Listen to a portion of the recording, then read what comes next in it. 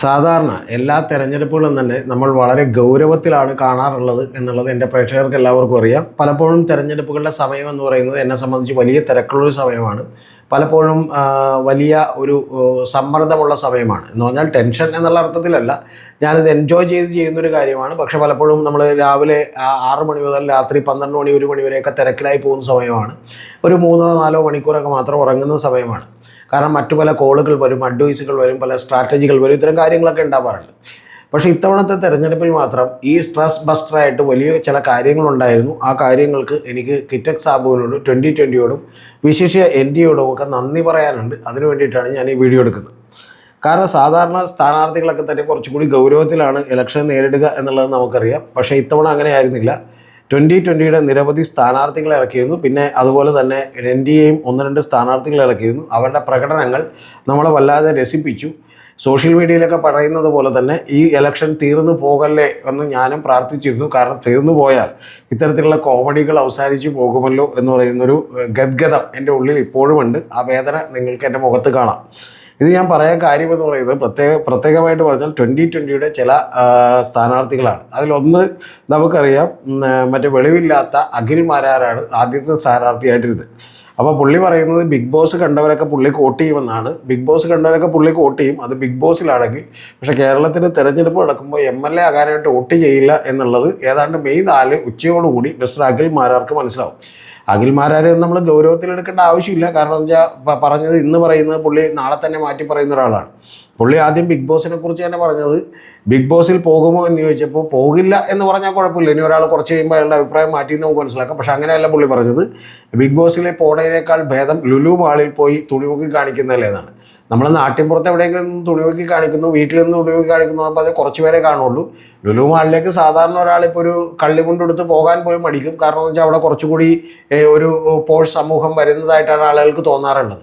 അപ്പോൾ അതുകൊണ്ട് തന്നെ അങ്ങനെയുള്ളൊരു സ്ഥലത്ത് പോയിട്ട് പിന്നെ തുണിയും കൂടി പൊക്കി കാണിക്കുന്നു എന്ന് പറയുമ്പോഴത്തേക്ക് എത്ര മോശമായിരിക്കും എന്ന് എനിക്കറിയാം. അതിനേക്കാൾ മോശമാണ് ബിഗ് ബോസിൽ പോയി അഭിനയിക്കുന്നത്, ബിഗ് ബോസിലേക്ക് പോകുന്നത് എന്നുള്ളതാണ് പുള്ളി പറഞ്ഞത്.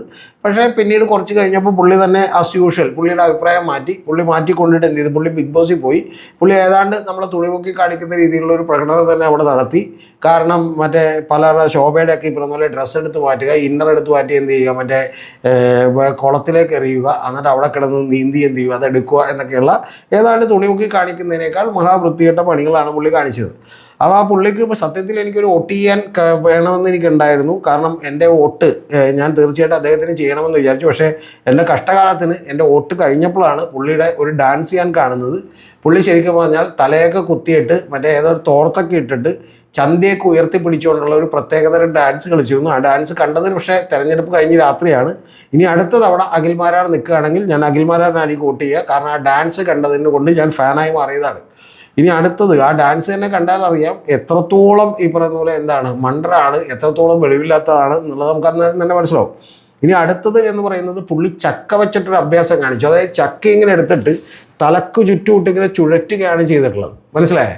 തലക്ക് അതായത് ചുഴലി വന്ന പോലെ ചുഴറ്റുകയാണ് ചെയ്തിട്ടുള്ളത്. അതുപോലൊരു അഭ്യാസം കാണിച്ചു. പിന്നെ അടുത്തൊരു അഭ്യാസം നിങ്ങൾ കാണേണ്ടത്, പുള്ളി ഒരു ബലൂൺ വീർപ്പിച്ചിട്ട് അത് വെച്ചിട്ട് എന്ത് ചെയ്തു, മറ്റൊരു കിളി ഉണ്ടാക്കാൻ വേണ്ടി നോക്കി.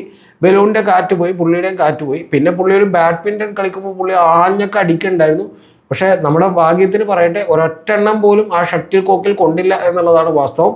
ഇത്തരത്തിലുള്ള വിക്രിയകളൊക്കെ പലതും കണ്ടു കഴിഞ്ഞിട്ട് നമ്മളൊരു കോമഡി നമ്മൾ കണ്ടു കഴിഞ്ഞു. പക്ഷെ സത്യത്തിൽ ഞാൻ പറയുന്നത് ഈ 2020 സ്ഥാനാർത്ഥികൾക്ക് വേണ്ടിയെങ്കിലും ഒരു കൊല്ലത്തേക്ക് നമ്മുടെ തെരഞ്ഞെടുപ്പ് നീട്ടിവെക്കുകയും ഒരു കൊല്ലത്തേക്ക് പ്രചരണം നടത്താനുള്ള ആവശ്യങ്ങൾ ഇവരുണ്ടാവുകയും വേണം. ഇനി കിറ്റക് സാബൊന്നും പണം മുടക്കേണ്ട ആവശ്യമില്ല, BJP പണം മുടക്കണ്ട. ഞങ്ങളൊക്കെ കൂടി തന്നെ ഒരു എൻ്റർടൈൻമെൻ്റ് ആയിട്ട് ഇതിനു വേണ്ടി ഇപ്പോൾ ഒരു സിനിമ കാണുന്ന കാശൊക്കെ മുടക്കാൻ നമ്മളെല്ലാവരും തയ്യാറാണ് എന്നുള്ളത് അറിയിക്കുന്നു. അപ്പോൾ ഇത് കണ്ട് നമ്മളാകെ തലമരവിച്ചിരിക്കുമ്പോഴാണ് നമ്മൾ അടുത്തത് നമ്മളെ ഞെട്ടിക്കുന്നൊരു പ്രകടനം കണ്ടത്. അത് ഒരു NDA സ്ഥാനാർത്ഥിയുടെയാണ്. വേറെ 2 പേരുടെ ഉണ്ട്, അത് നിങ്ങൾ ഉറപ്പായിട്ടും കേൾക്കണം, അതിലേക്ക് ഞാൻ വരാം. അതാണ് ഇതിനേക്കാൾ ഹൈലൈറ്റ് ഉള്ളത്. ആ 2 പേരുണ്ട്. ആ 2 പേരുടെ എന്ന് പറയുന്നത് ഒന്ന് റോബിൻ രാധാകൃഷ്ണൻ എന്ന് പറയുന്ന ഈ അഖിൽ മാരാർ തന്നെ അലറൽ വീരൻ എന്ന് വിളിക്കുന്ന ഒരാളെയാണ്. ഈ അഖിൽ മാരാരുടെ തന്നെ ഒരു ഇൻ്റർവ്യൂ ഞാൻ കണ്ടിട്ടുണ്ട്. അതായത് BJP ഒരിക്കലും കേരളത്തിൽ അധികാരം പിടിക്കില്ല എന്നുള്ളതാണ്. അത് പുള്ളി എന്തായാലും പറഞ്ഞത് സത്യമാണ്. പക്ഷേ ഇപ്പം പുള്ളി BJPയുടെ ഭാഗമായിട്ടുള്ള NDAയിൽ കയറി എന്നുള്ളത് സന്തോഷമുള്ള കാര്യമാണ്. ഈ റോബിൻ രാധാകൃഷ്ണൻ ശരിക്കും പറഞ്ഞിട്ടുണ്ടെങ്കിൽ വളയുന്നൊരു വടിയിട്ട് ഇങ്ങനെ ചുറ്റുന്നൊരു ദൃശ്യം നിങ്ങൾ കണ്ടിട്ടുണ്ടോ?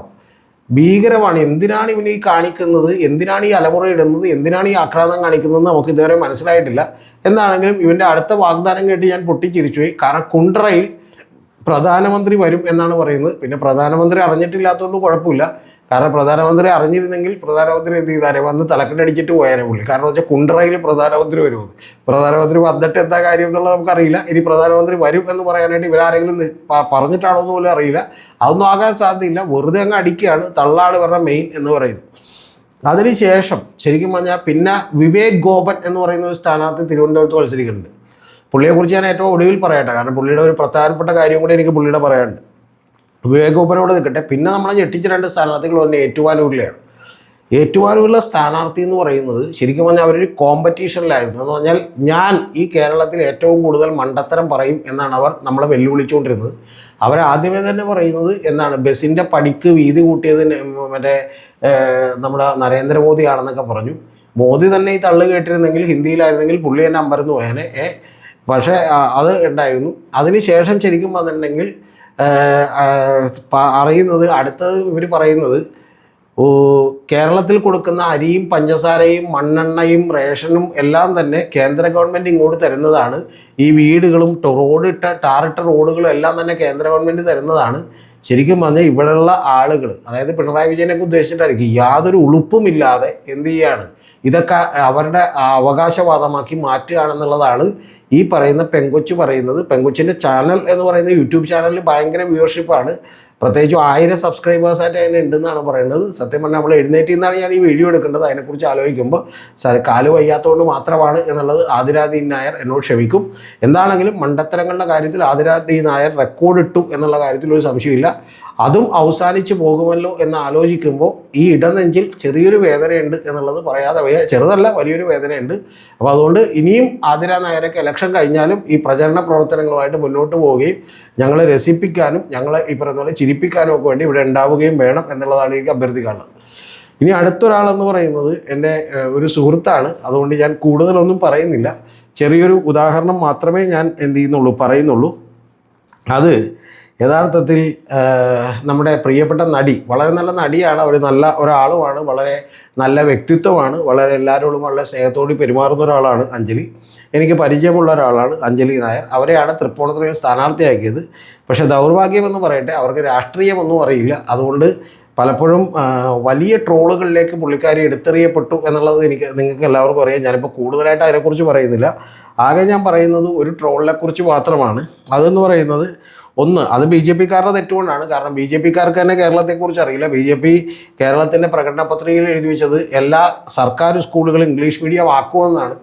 യഥാർത്ഥത്തിൽ അതെടുത്ത് അഞ്ജലി വായിക്കുന്നൊരു ദൃശ്യം ഞാൻ കണ്ടിരുന്നു. എല്ലാ സർക്കാർ സ്കൂളുകളും ഇംഗ്ലീഷ് മീഡിയം ആക്കും, നമ്മളെ കുട്ടികളൊക്കെ ഇംഗ്ലീഷ് മീഡിയത്തിൽ പഠിക്കണമെന്ന് നിങ്ങൾക്ക് ആഗ്രഹം ഉണ്ടാവില്ലേ, നിങ്ങൾ പഠിക്കണ്ടേ എന്നുള്ളതാണ്.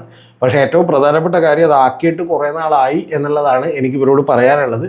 ഇടയ്ക്കെങ്കിലും സ്കൂളിൽ പോകുമ്പോൾ ഇതൊക്കെ അന്വേഷിച്ചാലോ പത്രം വായിച്ചാലോ ഒക്കെ നമുക്കിതൊക്കെ അറിയാൻ പറ്റും എന്നുള്ളത് വളരെ ഈ പറഞ്ഞ പോലെ വിനയത്തോടുകൂടി ഞാൻ നിങ്ങളെ ഓർപ്പിക്കുകയാണ്.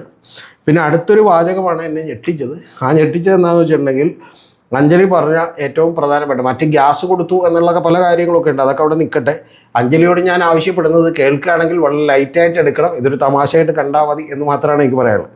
അതെന്ന് പറയുന്നത് ഇവരുടെ ഒരു മൈൽ സ്റ്റോൺ മേക്കേഴ്സ് എന്ന് പറയുന്ന ഒരു യൂട്യൂബ് ചാനലിൽ മറ്റൊരു വേതാളമുണ്ട്, രമ്യ എന്ന് പറയുന്നത്. അവരെ ഏത് ആളുകളെ ഇരുത്തിയാലും അവരെ ഡൈവോഴ്സായോ അല്ലെങ്കിൽ അവരുടെ വ്യക്തിപരമായ കാര്യങ്ങളൊക്കെ ചോദിച്ച് വെറും വഷളായിട്ട് ഇൻ്റർവ്യൂ നടന്ന ഒരാളാണ്.